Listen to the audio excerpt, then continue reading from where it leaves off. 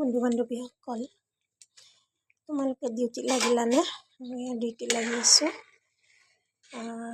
দালি বনাই আছোঁ। দালিত এয়া কচু পেটা দিছোঁ। দালিটো হৈ গ'ল। এই শাক বনাম। এইটো লাই শাক। মই লাই শাক মানে হ'ল বেহাৰৰ শাক। মই এইখিনি ভাজিম। এইখিনি মই ৰঙালাও দিছোঁ দালিত। এইখিনি মই আজি পিটিকা কৰি খাম।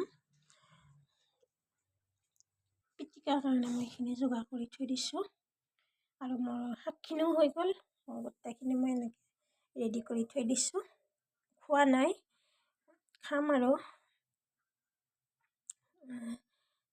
তাৰপিছত আজি এনেকৈ খাম নিৰামিষ ভাত।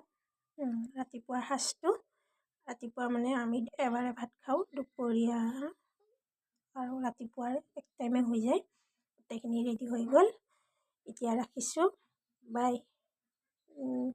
ভাল পালে লাইক কৰি দিবা।